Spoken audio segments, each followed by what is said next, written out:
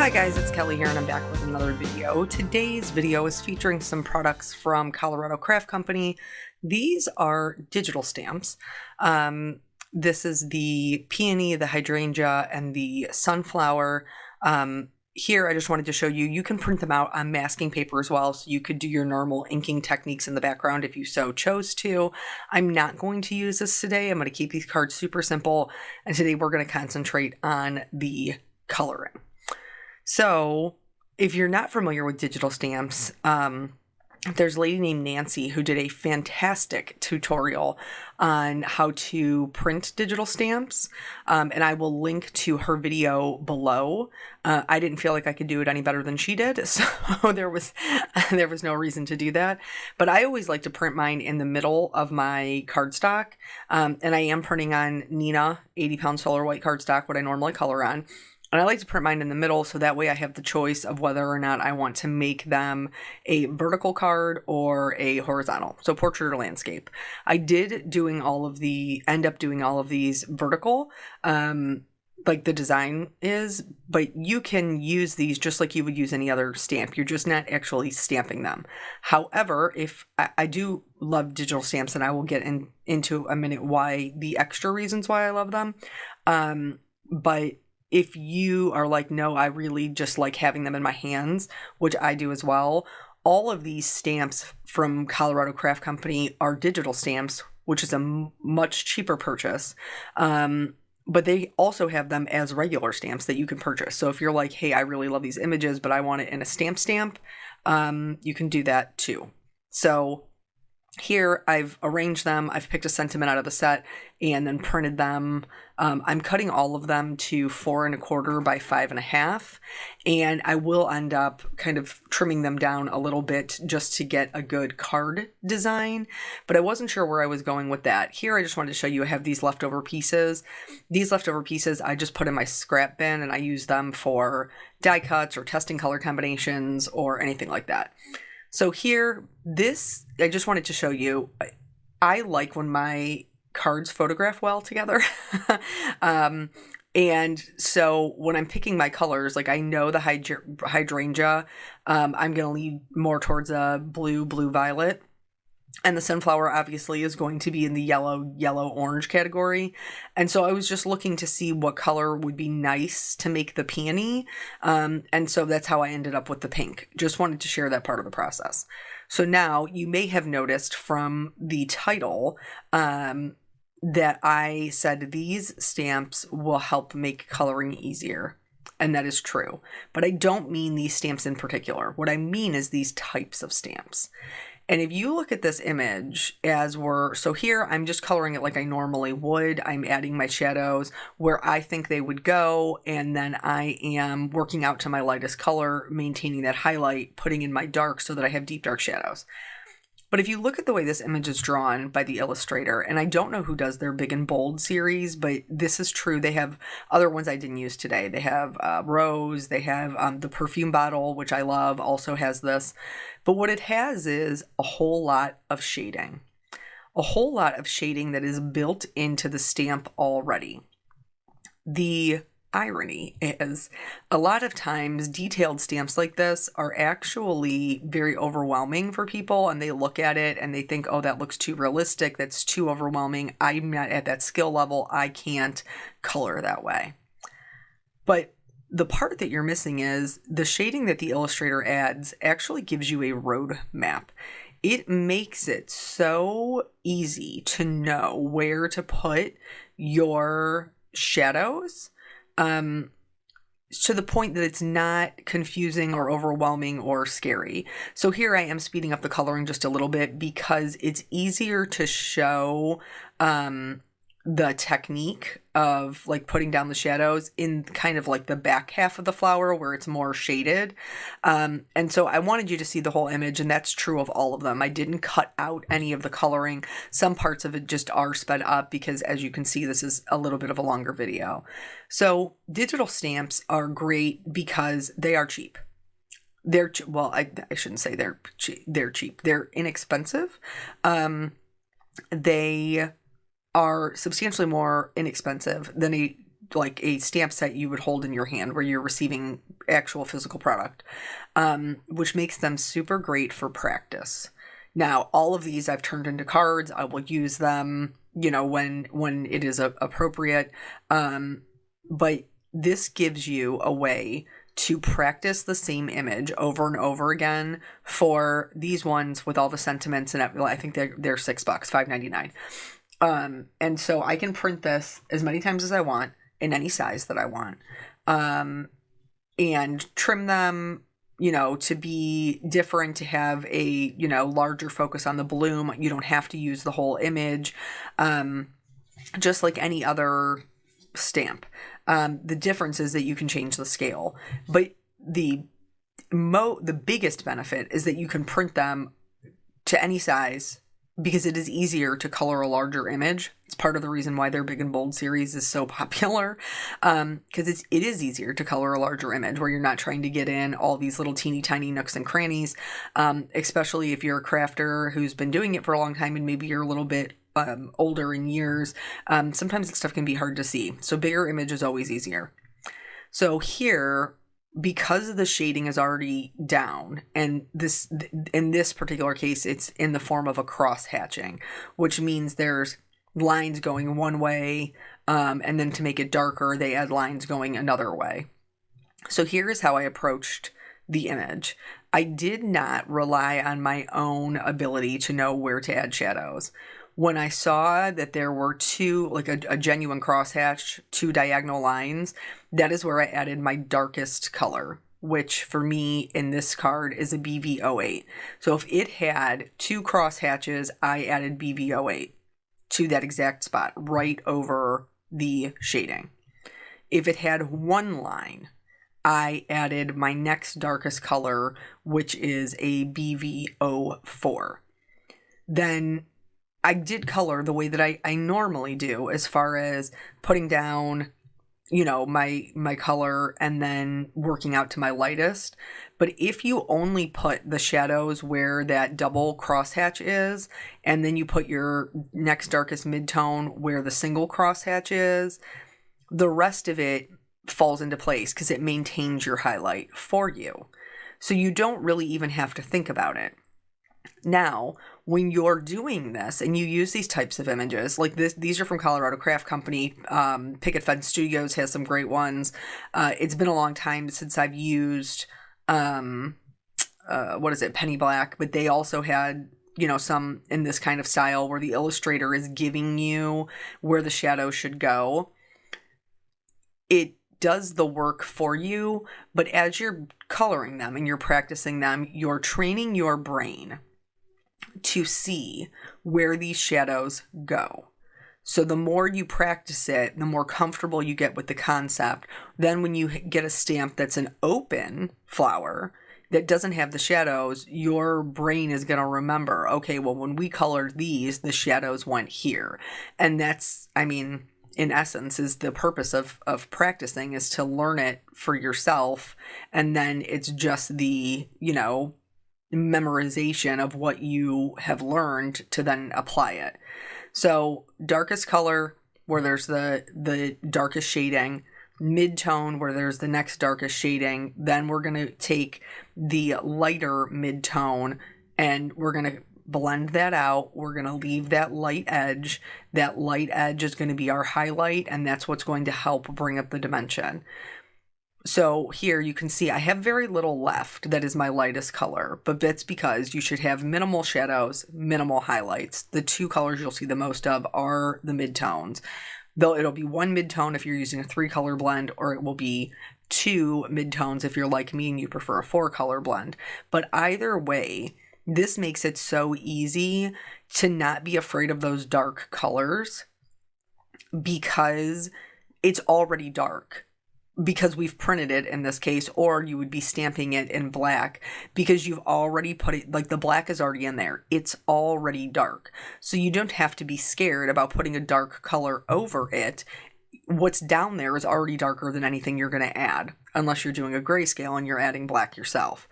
So Now, once the flowers are done, I did go in and color in the center of the hydrangeas, just a little bit of yellow. And then we're going to move on to the leaves. Because this is drawn in the same exact style, I am going to do the same exact thing. So I went in, laid down my darkest shadows. Now here you can see I'm also going in with my darkest color over the lines that the illustrator drew.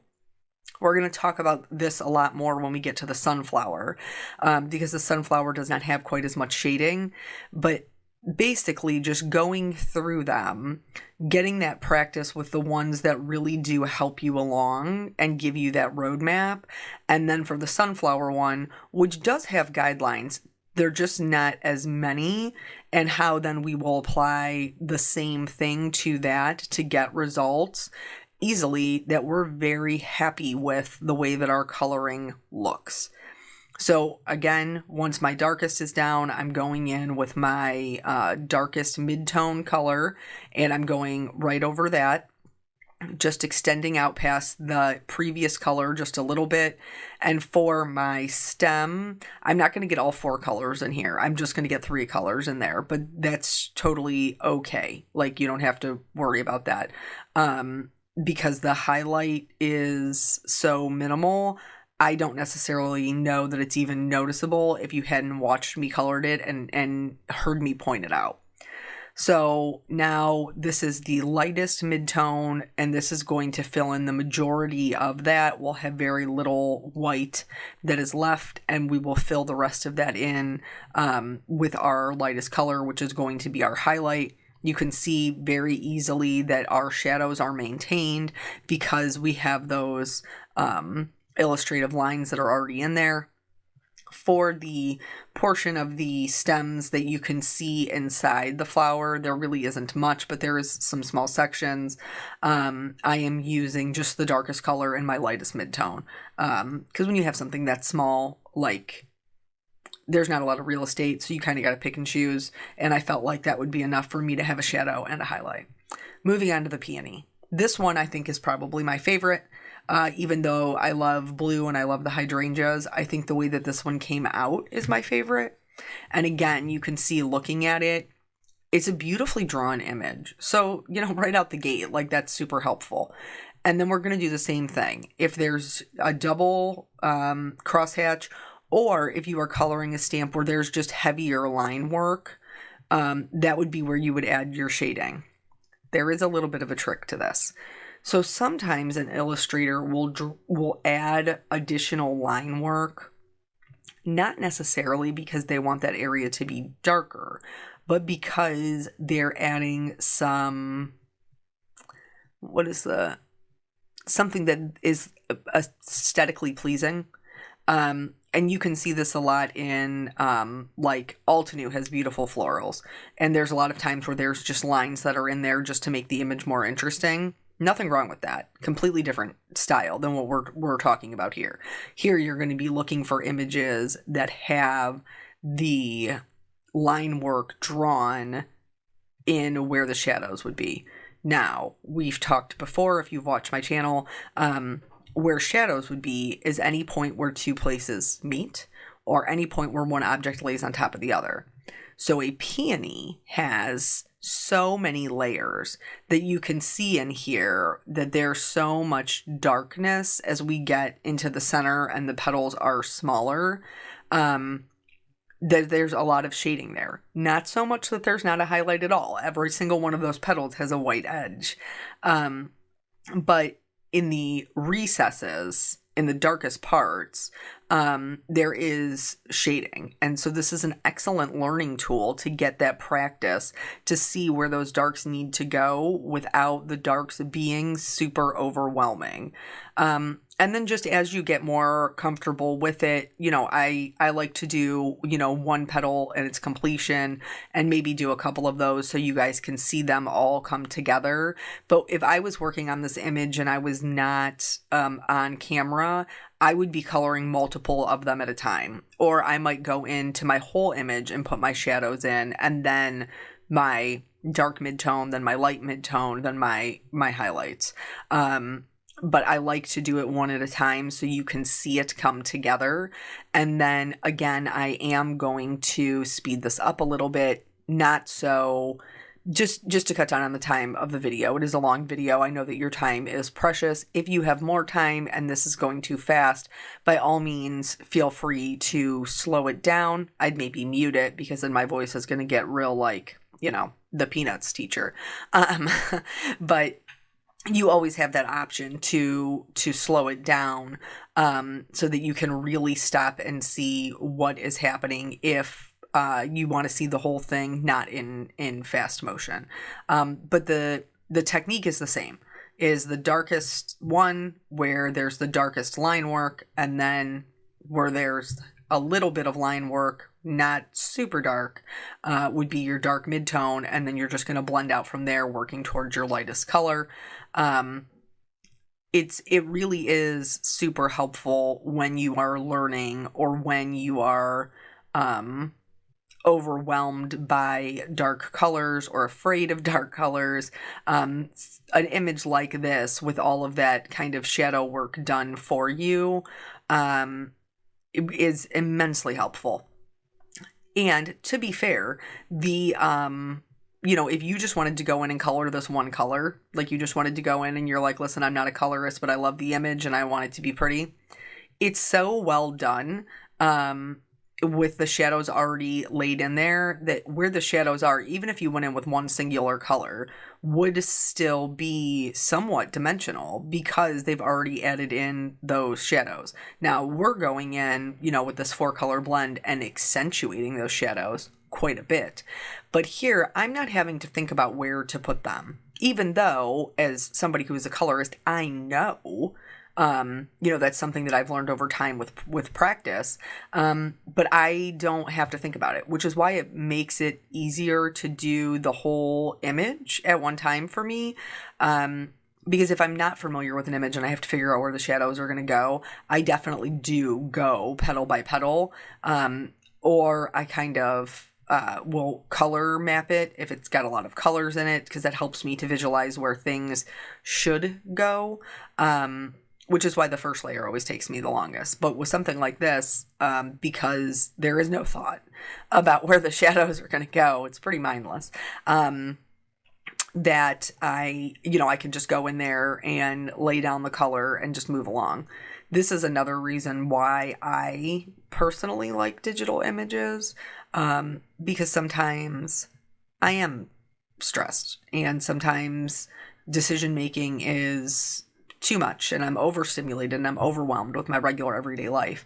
And even though now art is my job, it is also still my stress reliever.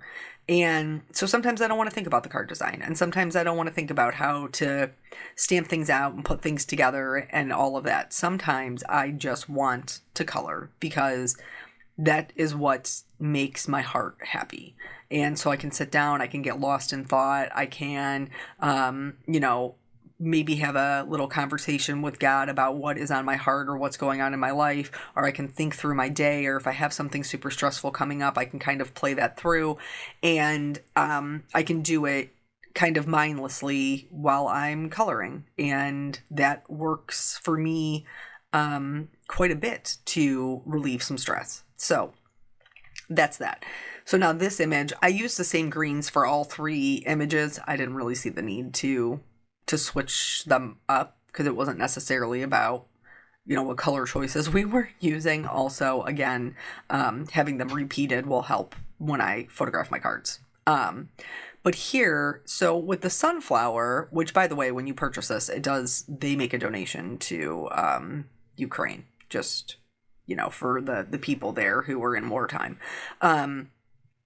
But anyway, so here there's less shadows to lead us. However, there is still line work. And this type of image is what I think you see more often in a stamp, is where, and I do this myself, I try not to overshade when I am drawing my own images, because I want the other person to be able to utilize them in a way that works for them. But this is most often how you see a stamp, with just some suggestive lines. And in this case, we apply then what we know the illustrator wanted with the lines that they've put down. So that's still going to be the darkest part. And I went right over the darkest part with my darkest color, right over those dark lines.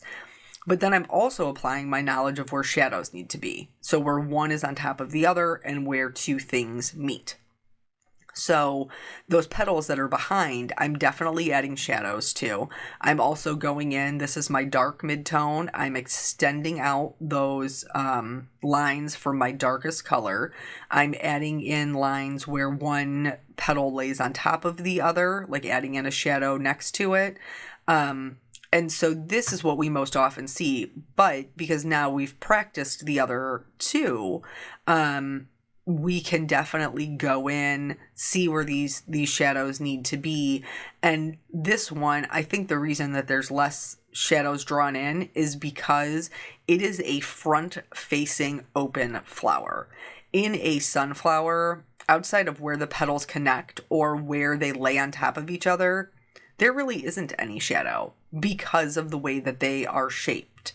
And in particular, the way this one is drawn, the way that it's just wide open in full bloom, where the other two flowers, the peony obviously has many layers, the hydrangea is many small flowers stacked together. So there's a lot more opportunity for shadows. So here, now we're moving on to what is my lightest mid-tone. And again, we are still leaving those white edges for our highlight. You may notice that when I was going through, if there was a petal that didn't have any lines drawn in by the illustrator, I may have added just a little bit of darkness down the center, or to one side or the other, whatever kind of felt right to me. And that's just, again, to make sure that we have good amounts of dimension. Here, this, if you looked at this now, it almost looks like it's finished, because we have so little white left. However, we are going to still go back in with that lightest color, fill in those white areas, and then that will finish off that portion of the flower, still giving us really good dimension, even though we have a very open flower, because we still maintained those highlights. For the center, there's a lot more shading, because if you've ever looked at a flower or sunflower up close, they are quite textured and they have different levels. So I picked some browns, and this is something that we're going to do a little bit differently. For the center, I'm going to go in with my lightest color and I'm going to fill it in its entirety.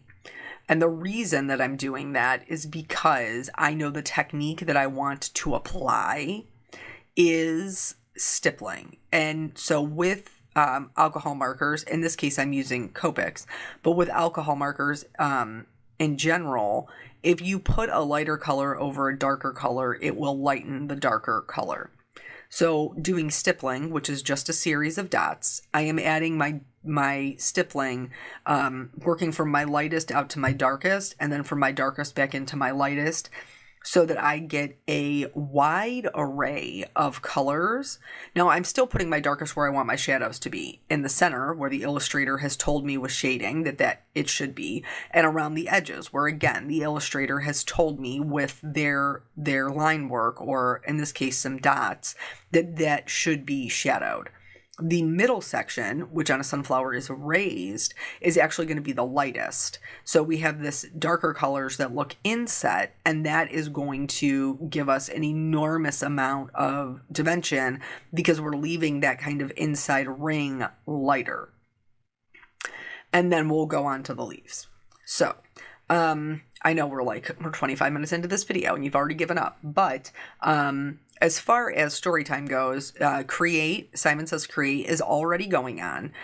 It started today. My husband and I are getting ready to leave in about 3 hours, about-ish. And so I will be there on Friday, just kind of, popping in. I have to get my badge so that I can get in the next day. And the people who are working it know that I'm there to work a booth. I will be working the honeybee booth. and doing a little bit of Copa coloring. So if you're seeing this and you happen to be going on Saturday, please step over and say hello. I would love to meet you. And then that way I can see, like, I'll be able to see some of my friends either Saturday after, because, when you're friends with people and you all work in the same industry, like, we're all going to be working all day. Whether it's the people like Gina and Jennifer who are teaching classes, or those of us who are designers or who, work with companies and are working their make and take tables. I think they call them created take-its down there. And who are more interacting with the public. Either or, everybody is working. And so in order for us to be able to catch up, there has to be a little bit, like, we have to find some downtime. There isn't a ton of that when you're working something like this, which is okay. Like, I enjoy doing the creative take-its. I enjoy meeting people and teaching them how to color and answering the questions in real life. I enjoy all of that because I genuinely enjoy teaching. I like that aha moment when somebody finally gets it. But that doesn't mean that, like, we have to find other times to see our friends, because that is, honestly still part of the trip for me, is that I want to see my crafty friends. I have not seen them since before the pandemic. So we're going on 3 years. So it's been a long time. I can't wait to hug a lot of people. So here, everything is colored. You could totally leave these cards like this, but I did want to show you that there are ways that you can change it up. So for this peony, I am going to trim it down. Right now it is 4 1/4 by 5 1/2. I am going to make it a square at 4 1/4 by 4 1/4. And then, I'm going to pop it up over some colored cardstock. For all of these, I used colored cardstock. This is Azalea from Hero Arts. And so that's the one that matched the pink the best. This one is, I mean, it's hard for me to choose because I like them all, but that peony, I love it. And so I might even buy it in the regular stamp just so that I can have it. I'm being honest. Like, sometimes that's true.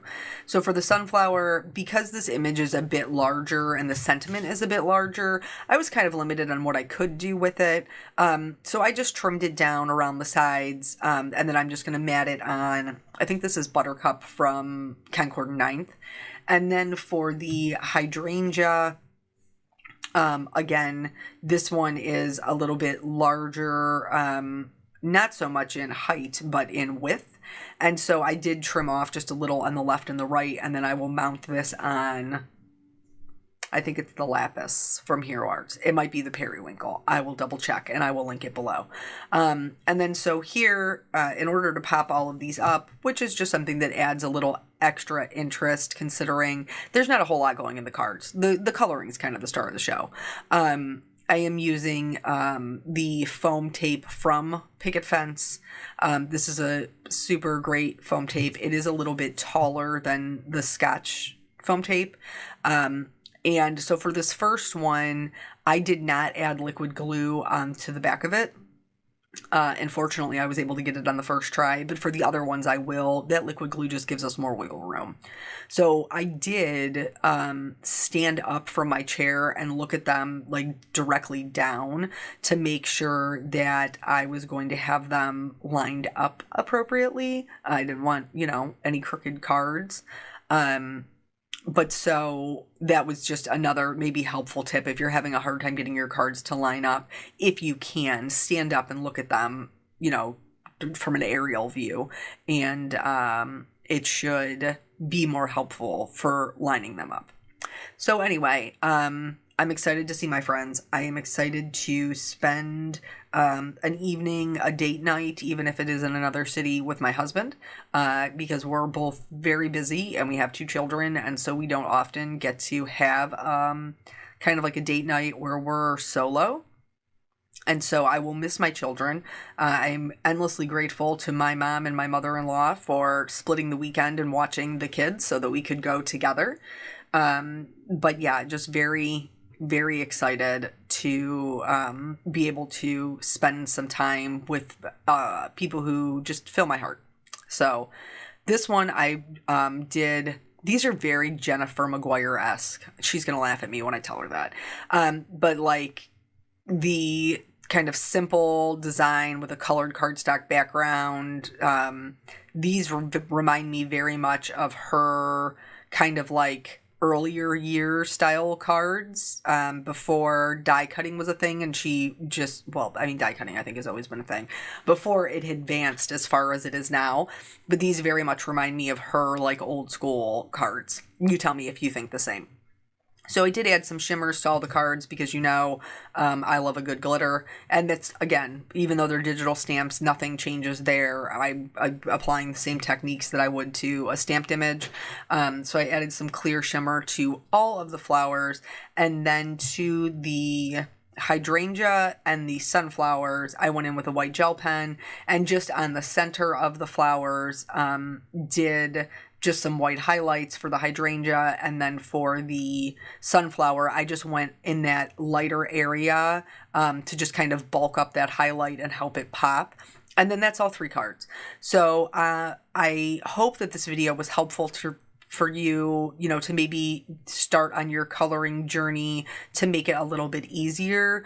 I always appreciate your time. Thank you so much for joining me, and I will catch you guys on the next video. Bye.